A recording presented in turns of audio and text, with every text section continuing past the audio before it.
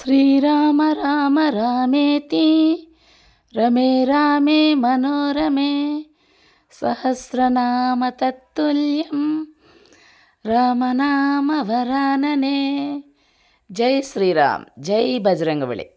ఈరోజు మంగళవారం అండి. నా పూజ అయితే కంప్లీట్ అయిపోయింది. ఇక మన కుకింగ్లోకి వెళ్ళిపోదాం. అందరికీ నమస్కారం. ఎలా ఉన్నారు అందరూ? అందరు బాగున్నారా? అందరు బాగుండాలి. అందులో ఈ అమ్మాజీ అమ్మ ఉండాలి. అమ్మాజీ మాట ఛానల్కి స్వాగతం. చెప్పాను కదా ఈరోజు మంగళవారం అంటే నాన్ వెజ్. సండే అండ్ మంగళవారం ఖచ్చితంగా నాన్ వెజ్ ఉంటుందండి. మిగతా రోజుల్లో ఏమైనా గుడ్లు అవి వండుతాను, లేదంటే లేదు. కానీ సోమవారం పప్పు తింటాం కదా, మంగళవారం ఖచ్చితంగా నాన్ వెజ్ తినాల్సిందే. అంటే మా అక్కదులేండి, పిల్లల కోసం తప్పదు కదా. మరి ఈరోజైతే రొయ్యల కూర చేయబోతున్నాను. రొయ్యలు తీసుకొచ్చారు మా బాబ్జీ గారు పొద్దున్నే సెంటర్కి వెళ్తారండి. ఆయనకి పెద్ద రొయ్యలు కనిపించినట్టు ఖచ్చితంగా తెచ్చేస్తారనమాట. పెద్ద రొయ్యలు వండడం అంటే నాకు ఇష్టం, తినడం అనే దానికన్నా. అందుకని తెస్తారు. ఎందుకంటే రొయ్యల కూర కోసం అయితే రొయ్యలు అయితే శుభ్రం చేసేసుకుని పెట్టేసుకున్నాను. 300 అంటండి ఆ రొయ్యలు. 25 వచ్చినాయి అంతే. 30 వచ్చినా ఒక రొయ్యి 10 రూపాయలు అనుకునేదాన్ని, కానీ 25 వచ్చినాయి. దానికోసం రెడీ చేస్తున్నాను అనమాట. ఇదిగోండి ఒక 5 స్పూన్ల ఆయిల్ అయితే వేసేసుకుంటున్నాను. పడతలేండి, ఆనియన్స్ అన్నీ వేగాలంటే 5 స్పూన్స్ ఆయిల్ ఖచ్చితంగా పడుతుందనమాట. ఒక 5 పెద్ద ఉల్లిపాయలు అనమాట అవి. ఆ రొయ్యల క్వాంటిటీకి ఆ గ్రేవీ అవసరమేలేండి. అన్ని ఉల్లిపాయలు అయితే ఖచ్చితంగా పడతాయి. ఈ కర్రీ వచ్చి మనం రైస్లోకి బాగుంటుంది, రోటీస్లోకి బాగుంటుంది. అదే చపాతీ రొయ్యల కర్రీ అయితే ఇంకా ఆసం అనమాట. ఒక నిమ్మ చెక్క పిండుకొని ఉల్లిపాయ నంచుకుని తింటే ఉంటుందండి చపాతీ. మరి రొయ్యల కూర వేసుకుని అంత బాగుంటుంది. నేనైతే చాలా ఈజీగా చేస్తాను. ఏదైనా సరే వంట ఈజీగానే చేసేస్తానండి నేను. పెద్ద హైరాణ అయితే పడిపోనమాట. ముందుగా ఆనియన్స్ పచ్చిమిర్చి వేగుతున్నాయి. అదిగోండి రొయ్యలని అయితే ఒకసారి చూసేయండి. ఆ పక్కనే నేను రైస్ కూడా పెట్టేసుకున్నాను. అందుకే నాకు కుకింగ్ చాలా ఈజీగా అయిపోయినట్టు అనిపిస్తుంది అనమాట. అక్కడికక్కడే ఎలాగూ వంటగదిలో ఉన్నాను కదా అనేసి ఓన్లీ కర్రీ చేస్తే కర్రీనే, లేదంటే రైస్ చేస్తే రైస్తోనే ఉండిపోనండి నేను. అది ఇది ఆ పక్కన సింక్లో గిన్నెలు ఉంటే అవి కూడా అలా అన్నీ ఒకేసారి చేసేసుకుంటానమాట. అందుకే నాకు కొంచెం ఈజీగా అవుతుంది. మీకు తెలుసు, నేను చాలా వీడియోస్లో చెప్పున్నాను. ఆనియన్స్ మగ్గిన తర్వాత మనం టమాటాలను యాడ్ చేసుకుందాం. మసాలాలు కూడా ఇంట్లోనే ప్రిపేర్ చేసుకుంటాను. అల్లం వెల్లుల్లి paste and garam masala paste కూడా నాకు ఫ్రిడ్జ్లో పెట్టేసుకుంటానండి. అందుకే నాన్ వెజ్ కర్రీస్ చేయడం అంటే అసలు ఏతనని పీజు చాలా ఈజీగా అయిపోయినట్టు అనిపిస్తుంది అనమాట. ఇకపోతే చారు కూడా పెట్టేసుకుంటున్నాను సేమ్ టైం. అందుకే చెప్పాను కదా చాలా ఈజీగా అయిపోద్దని. అందుకని చారులోకి కొంచెం చిన్న నిమ్మకాయ అంత చింతపండు కొంచెమే చేస్తానండి. చారు అయితే పెద్ద ఖర్చు అవ్వదు ఇంట్లో, కానీ చారు లేదా అని అడుగుతారు. దానికోసం అనేసి కొంచెం చారు కూడా పెట్టేసుకుంటున్నాను. చింతపండు వేసాను, కొంచెం కారం, ఒక పావు స్పూన్ కారం, ఉప్పు అండ్ బెల్లం తరుక్కుని ముందే డబ్బాలో వేసుకొని ఉంచుకుంటాను. అంటే కాఫీలో మేము బెల్లం వాడతాం కదండి, పంచదార వేయని బెల్లం వాడతాము, ఆర్గానిక్ బెల్లం. అదే బెల్లాన్ని నేను చారులో కూడా కొంచెం యాడ్ చేసుకున్నాను అనమాట. ఆ చింతపండు పులుపుని ఏమంటారు మేనేజ్ చేయడానికి, మరీ పుల్లగా లేకుండా. అలాగని తియ్యగానే ఉండదులేండి, కొంచెం బెల్లాన్ని మాత్రం యాడ్ చేస్తాను.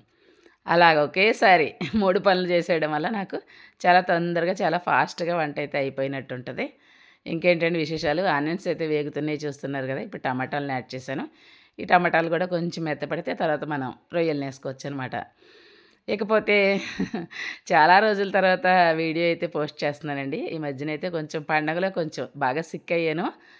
సిక్ అయినా అది అలాంటివి చెప్పకూడదులేండి, ఎందుకంటే సంతోషించే విషయాలు నలుగురికి పంచాలి, కానీ బాధ పెట్టే విషయాల్ని పంచాల్సిన అవసరం లేదు. కానీ ఏమిటంటే వీడియోస్ ఎందుకు రావట్లేదు అమ్మవి అని అనుకుంటారు కదా మీరు, అందుకని చెప్తున్నాను. సిక్ అయినా కూడా తెలియనిచ్చేదాన్ని కాదు, గొంతు బాగుండుంటే. కాకపోతే గొంతుకే వచ్చిందండి ఇన్ఫెక్షను, గొంతు పోయింది. అందుకే వీడియోస్ చేయలేకపోయాను అన్నమాట. అదండి విషయం. అందుకే ఈరోజైతే సరేలే ఈ వీడియోనైనా పోస్ట్ చేద్దామనేసి తీసుకున్నానన్నమాట. ఈ రొయ్యల కూర మీకు రాదని కాదు, నేనేదో గొప్పగా చేస్తానని కాదు, ఏదో ఇలా మీతో నా ఏమంటారు మన గ్యాప్ వచ్చేసింది కదా, ఆ గ్యాప్ను పూరించుకోవడానికి ఈ వీడియో అయితే చేస్తున్నాను. ప్లీజ్ అండి, తప్పకుండా వీడియో చివరి వరకు చూడండి. ఏమన్నా సజెషన్స్ ఉంటే ఇవ్వండి. వీడియోకైతే లైక్ అయితే తప్పకుండా ఇచ్చేసేయండి. కొత్తగా చూసేవాళ్ళైతే ఛానల్ని సబ్స్క్రైబ్ చేసుకొని అమ్మకి సపోర్ట్గా ఉంటారని మనస్ఫూర్తిగా కోరుకుంటున్నాను. అమ్మాజీ మాట. కొత్త స్టవ్ ఏమో తెచ్చాడు కానండి, పొంగినప్పుడల్లా తుడుచుకోవడానికి సరిపోతుందండి. కొత్త మోజు కదా మరి. అదే పాత స్టవ్ అనుకో తర్వాత తుడుద్దాంలే అనుకుంటాం. కానీ కొత్త స్టవ్ మీద ఏదైనా పడిందంటే వెంటనే తుడిచేయాలనిపిస్తుంది. అందుకే తుడిచేసుకుంటున్నాను. మీ ఇంట్లో మీరు కూడా అలా చేస్తారా? ఇకపోతే రైసు పొంగొచ్చేసింది. చారు చక్కగా మరుగుతుంది. సిమ్‌లో పెట్టేస్తానండి చారు. గొంతు అదే దగ్గొచ్చేస్తుంది ఏదైనా చేస్తుంటే. తాలింపులవి కొంచెం హైలో పెట్టామనుకోండి ఎలాగైనా కొట్టరొస్తది. అందుకని సిమ్‌లో పెట్టేస్తాను. చారు మరుగుతుంది. చక్కగా ఆనియన్స్, టమాటా కూడా మగ్గుతున్నాయనమాట. ఇక రైస్ ఉడికిపోతే రైస్ చేసుకుందాం. అలా సేమ్ టైంలో ఒకే టైంలో 2, 3 పనులు చేసేసుకుంటాను కాబట్టి నాకు ఈజీగా త్వరగా వంట అయితే అయిపోతుందండి. అది చెప్పడం కోసమే నేను ఇదంతా చెప్తున్నానన్నమాట. చాలా అంటే కొంతమందిని చూస్తూ ఉంటాం. వాళ్ళు పొద్దస్తమానం వంట చేస్తూనే ఉంటారు. నన్ను ఫస్ట్ నుంచి అంతేలెండి, ఇప్పుడే కాదు. నన్ను "నువ్వు ఎప్పుడు చేసావు వంట? అసలు వంట చేసినట్టే ఉండవని" అనేవాళ్ళు. ఇలా మేనేజ్ చేసుకోవడం నాకు ఫస్ట్ నుంచి అలవాటనమాట అండి. అదిగోండి చారు పెట్టానని చెప్పాను కదా! కొంచెం ఒక హాఫ్ లీటర్ ఉంటది. అది కూడా సగమే అవుతది. కానీ మరీ తక్కువేం పెడతాంలెండి. అందుకనేసి కొంచెం పెట్టానన్నమాట. చెప్పాను కదా! పొంగినప్పుడల్లా తుడుచుకోవడం సరిపోతుంది కొత్త స్టవ్ ఏమో గాని. ఇంగోండి ఆనియన్స్, టమాటా మగ్గిన తర్వాత రొయ్యల్ని యాడ్ చేస్తానని చెప్పాను కదా! యాడ్ చేసేసాను. ఆనియన్స్, టమాటా మగ్గేటప్పుడే సాల్ట్ వేసేసాను కదండీ! ఎందుకంటే సాల్ట్ వేస్తే కొంచెం త్వరగా మగ్గుతాయన్నమాట. అదేం లేదండి. సాల్ట్ వేయగానే అలాగ కొంచెం వాటర్ వస్తుంది. ఆ వాటర్‌లో వేగడం, ఉడకడం అలా 2 పనులు పూర్తయిపోయి మనకి మగ్గి మెత్తపడతాయన్నమాట. అంతే, అంతకు మించి ఏం లేదు. ఇది వంట చేసేవాళ్ళందరికీ తెలిసిన విషయమే. కొత్త వాళ్ళకైతే చెప్తున్నాననమాట. కాకపోతే కొన్ని దుంపలు, పప్పులు, కూరలు చేసేటప్పుడు మాత్రం సాల్టు ముందుగా వేయకూడదు. ఎందుకంటే అవి కొంచెం ఉడకడానికి ఇబ్బంది పడతాయి. ఒక 50% ఉడికిన తర్వాతే వేయాలి అలాంటి వాటిల్లో. ఇలాంటి వాటిల్లో మనం ఎప్పుడైనా వేసేయచ్చు. అదే చికెన్ అనుకోండి, చికెన్‌కి కూడా ముందే వేసేయాలి. ఎందుకంటే చికెన్‌కి ఉప్పు వేస్తేనే చికెన్ ముక్క కొంచెం గట్టి పడతది. లేదంటే విడిపోయే ప్రమాదం ఉంటది. ఇదిగోండి రొయ్యలు కూడా 50% మగ్గిపోయినాయి. ఇప్పుడు అల్లం వెల్లుల్లి పేస్ట్‌ని అయితే యాడ్ చేస్తున్నాననమాట. ఇలా పెద్ద పెద్ద రొయ్యలంటే మా ఇంట్లో అందరికీ ఇష్టం. బావుంటదండి. కాకపోతే కొంచెం తక్కువే తినాలండి. రొయ్యల కూర వేడి చేస్తుంది. తెలిసిపోద్ది మనకి. అంచేత ఏంటంటే ఏదైనా లిమిట్ ఉండాలండి. ఇదనే కాదు, ఒకళ్ళతో మాట్లాడడం అయినా, ఒకళ్ళతో స్నేహం అయినా, తినే విషయంలో అయినా ఏదైనా ఎక్కువ మాట్లాడకుండా ఏదైనా మన లిమిట్‌లో మనం ఉంటే ఏ ప్రాబ్లమ్ ఉండదనమాట. అలాగే ఈ రొయ్యల కూర విషయంలో కూడా దేనికైనా లిమిట్ ఉండాలి. ఓర్పుకైనా హద్దుండాలి. హద్దులంటూ లేకపోతే చాలా ఇబ్బందులొస్తాయనమాట. అల్లం వెల్లుల్లి వేగిన తర్వాత గరం మసాలా యాడ్ చేసుకున్నాను. అది వేగిన తర్వాత ఇదొచ్చి వేయించిన జీలకర్ర పొడి అనమాట అండి. నేను జీలకర్ర వేయించుకుని పొడి చేసుకొని స్టోర్ చేసుకుంటాను. అది కూడా ఈ రొయ్యల కూరకి అదనపు టేస్ట్ బావుంటుందనమాట. ఆ జీలకర్ర పొడి వచ్చి ఎప్పుడైనా కొంచెం గ్యాస్ ప్రాబ్లమ్ అనిపించినప్పుడు హాట్ వాటర్‌లో వేసుకొని తాగడం. నెక్స్ట్ పచ్చి పులుసు చేసినప్పుడు ఖచ్చితంగా జీలకర్ర పొడి చల్లుతానండి. అందుకనేసి నాకు ఎప్పుడు జీలకర్ర పొడి ఉంటుంది. తర్వాత ఇదిగోండి కారాన్ని అయితే యాడ్ చేసుకున్నాను.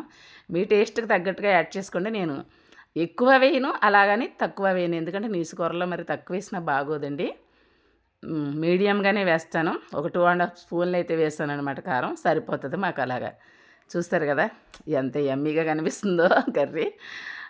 1, 2 తింటానండి. అంతకు మించి ఎక్కువైతే ఏమీ తిననులేండి. కానీ బావుంటుంది. కూర వండుతుంటేనే మంచి స్మెల్ వస్తది ఇల్లంతా. ఇప్పుడొచ్చి వాటర్‌ని యాడ్ చేసేస్తున్నాననమాట. ఒక 400 ml. అర లీటర్‌కి తక్కువ, పావు లీటర్‌కి ఎక్కువ అలా యాడ్ చేసుకుంటే సరిపోద్ది. ఎందుకంటే మనకి ఇది మగ్గడంలోనే 50, 60% ఉడికిపోతాయండి. మిగతా 40% ఉడకడం కోసమే మనం ఈ వాటర్‌ని అయితే యాడ్ చేసుకోవాలన్నమాట. చూసారు కదా ఎంత యమ్మీగా ఉన్నాయో రొయ్యలు. వావ్! ఎప్పుడెప్పుడు తినేద్దామా అనిపిస్తుందా మీకు? అనిపిస్తే నాకు తప్పకుండా కామెంట్ చేయండి. వంట అయితే అవుతా ఉంది. అదిగండి కర్రీలో వాటర్ యాడ్ చేసేసాను కదా! ఇప్పుడు ఈ కర్రీ మీద మూత పెట్టేసుకుంటే దాని పాటికి అది ఉడుకుతూ ఉంటుందండి. ఈలోపు మనమైతే చారు తాలింపు రెడీ చేసేసుకుందాం. చారు తాలింపు అంటే ఏం లేదులేండి. అదిగోండి ఎండుమిర్చి గిల్లుకుంటున్నాను. ఎండుమిర్చి, కరివేపాకు, జీలకర్ర, ఆవాలు, ధనియాలు, కొంచెం మినపప్పు, కొంచెం మెంతులు, ఇలా మనం ఏవైనా యాడ్ చేసుకోవచ్చు. మిరియాలుంటే మిరియాలను కూడా యాడ్ చేసుకోవచ్చండి. ఈ సీజన్లో మిరియాల చారు మంచిదే కదా! లేదంటే మిరియాలను నలగొట్టి మనం మరిగే చారులో వేసేసుకున్నా మనకి బాగా ఘాటు దిగుతుందనమాట. మన ఇష్టం, మన టేస్ట్‌కి తగ్గట్టు ఎలా అయినా చేసుకోవచ్చు. మహా అయితే లాస్ట్‌లో ఒక ముద్దలో తింటారండి. అంతకు మించి అయితే ఏమి తినరు. అందుకే కొంచెం పెట్టాను, మీకు చూపించాను గదా! చారు తాలింపు రెడీ చేసి పెట్టుకొని ఇప్పుడైతే వెళ్ళి నేను కరివేపాకు తెచ్చుకుంటాననమాట. అంటే బయటేలెండి. బయట చిన్న చిన్న మొక్కలున్నాయి. 2 మొక్కలు మా ఇంటి దగ్గర. కరివేపాకు తెచ్చుకుంటాను. ఇప్పుడేంటి చూపిస్తుంది యాక్షన్ అనుకుంటున్నారా? ఎండుమిర్చి గిల్లాను గదా! ఒకవేళ మర్చిపోయి గాని మొహానికి రుద్దుకుంటే మంట పుట్టుద్ది అని చెప్తున్నా. చేతులు అయితే శుభ్రంగా కడిగేసుకున్నా. ఇదిగోండి కరివేపాకైతే తెచ్చేసుకున్నాను. అంత పడదులెండి. కొంచెం కర్రీలో యాడ్ చేస్తాను. కొంచెం చారుకనమాట. అందుకే అన్ని రెబ్బలు కోసుకొని తెచ్చుకున్నాను. కొంచెమే కదా చారు. ఒక 3 రెబ్బలు. అయినా కరివేపాకు ఎక్కువే వేసుకుంటాంలెండి మేము. ఎందుకంటే ఫ్రెష్ దొరుకుద్ది. మంచి టేస్టీగా మంచి ఫ్లేవర్ వస్తదనమాట. అందుకని చెప్పేసి. ఇప్పుడు ఈలోపు మనం కర్రీ ఎంతవరకు అయిందో ఒకసారి చూద్దామా? అదిగోండి మ్యాక్సిమం 70% అయితే అయిపోయింది. అంటే లో టు మీడియం ఫ్లేమ్, అంటే మీడియం ఫ్లేమ్‌లో పెట్టాననమాట. హై ఫ్లేమ్‌లో అయితే ఉంచను అస్సలు. ఎందుకంటే చెప్పాను కదండీ గుట్టురు కూడా వచ్చేస్తది. అయితే అవని ఇప్పుడు అర్జెంట్ ఏముంది మనకి. ఆ రైసు, చారు అన్నీ అయ్యేసరికి ఇది అవ్వదా అని చెప్పేసి అదిగో చూస్తున్నారు కదా మీరు, ఉడికే విధానమే తెలిసిపోతుంది. ఈ టైంలో మీరు కొత్తిమీర ఉంటే వేసుకోవచ్చు. నేనైతే కరివేపాకు యాడ్ చేస్తున్నాను. చికెన్‌లో గానీ, మటన్‌లో గానీ, చేపల పులుసులో గానీ ఇలాగా కొత్తిమీర లేకపోయినప్పుడు కరివేపాకు యాడ్ చేసుకున్నా కూడా చాలా బావుంటుంది. అసలు కరివేపాకు యాడ్ చేస్తే మనకి అది అది ఇది నీసు కూర అనే అసలు అది కూడా ఏం తెలియకుండా ఉంటదనమాట. ఇదిగోండి ఇకైతే చారు తాలింపు వేసేస్తున్నాను. వెల్లుల్లి రెబ్బలు చిన్నాలకు కొట్టుకుని వేసుకున్నాను. కరివేపాకు, జీలకర్ర, ఎండుమిర్చి ఇవన్నీ. అంతే అండి. చారైతే రెడీ అయిపోయింది. సూపర్ యమ్మీ. ఒక్కోసారి ఏడిశారు, ఏడన్నం ఆ 2 ఉంటే చాలనిపిద్దండి జీవితానికి. ఈ కూరలు ఇవన్నీ ఏం అవసరం లేదనిపిత్తది. ఒక్కొక్కసారి అనమాట కూరల మీద బోర్ కొట్టినప్పుడు. ఇదిగోండి చారు తాలింపేసిన తర్వాత చూస్తే కర్రీ ఇలా ఉంది. ఒక 5 మినిట్స్ లో ఫ్లేమ్‌లో వదిలేస్తే మనకి బాగా సెట్ అయిపోతదనమాట. చాలా యమ్మీగా కుదిరిందండి కూర. చాలా బావుందన్నారు మా బాబుజీ గారు. చెప్తున్నాను కదా! మనకి రొయ్యలే చెప్పేస్తున్నాయి కూర టేస్టీగా ఉంటుందని చెప్పేసి. మనకవి చేసేటప్పుడే తెలిసిపోద్దండి ఫ్రెషా కాదని చెప్పేసి. ఫ్రెష్ రొయ్యలు దొరికినాయనమాట ఈరోజు. అందుకే చాలా బావుంది కూర. అదిగో చూసారు కదా! చిన్న చిన్న గారెల్లాగా తయారైనయి రొయ్యలు. అది నాదే, అది నాదే, అది నేనే తింటాను. అలా అనుకుంటా ఉంటానండి సరదాకి. ఇదిగోండి కూర అయితే రెడీ అయ్యేసరికి అలా ఆ క్వాంటిటీలో అలా బాగా దగ్గరికి సెట్ అయిందనమాట. ఏలేదు స్టవ్ ఆపేసాక ఒక 10 నిమిషాలు రెస్ట్ ఇచ్చేస్తే సెట్ అయిపోతుంది. వెంటనే వేసేసుకుంటే కొంచెం లూజ్గా అనిపిస్తుంది, అంతే తేడా. ఎలా ఉందండి రొయ్యల కూర? నచ్చిందా? నచ్చితే తప్పకుండా లైక్ చేసి కామెంట్ చేయండి. ఇకపోతే కొంతమంది తెలంగాణ వాళ్ళు లైవ్లో అప్పుడప్పుడు మాట్లాడుతూ ఉన్నప్పుడు మేము రొయ్యలు ఎప్పుడు తినలేదమ్మా, మేము పీతలు ఎప్పుడు తినలేదమ్మా అంటున్నారు. అయ్యో పాపం అనిపిస్తుంది నాకు వాళ్ళని చూసి. మేమైతే తింటామండో, వీక్లీ వన్స్ అయినా తింటామన్నమాట. ఇదే రొయ్యలు వేసుకుని బిర్యానీ చేసుకుంటే చిట్టు ముత్యాలతో అద్దరిపోతుందండి. కాకపోతే మనకి ఏది వీలైతే అదే. చెప్పాను కదా! ఒంట్లో కూడా అంత బాగుండట్లేదు. అందుకని ఈరోజు ఓన్లీ రైస్ అండ్ రసం అండ్ రొయ్యల కూర చేసేసానంతే. చూసారు కదా! తప్పకుండా కామెంట్ చేయండి. ఇంకా లైక్ ఇవ్వలేదా? ప్లీజ్ ఒక లైక్ ఇచ్చేసేయండి. ఉంటానండి. ఈరోజుకి ఇదేనండి వీడియో. రేపో, ఎల్లుండో, ఎల్లుండో హెల్త్ సెట్ అయితే కానీ వీడియోస్ రావడం కొంచెం కష్టమే. తప్పకుండా వీడియోస్ అయితే చేస్తానండి. ఓకేనా? బాయ్ మరి. అందరికీ నమస్తే.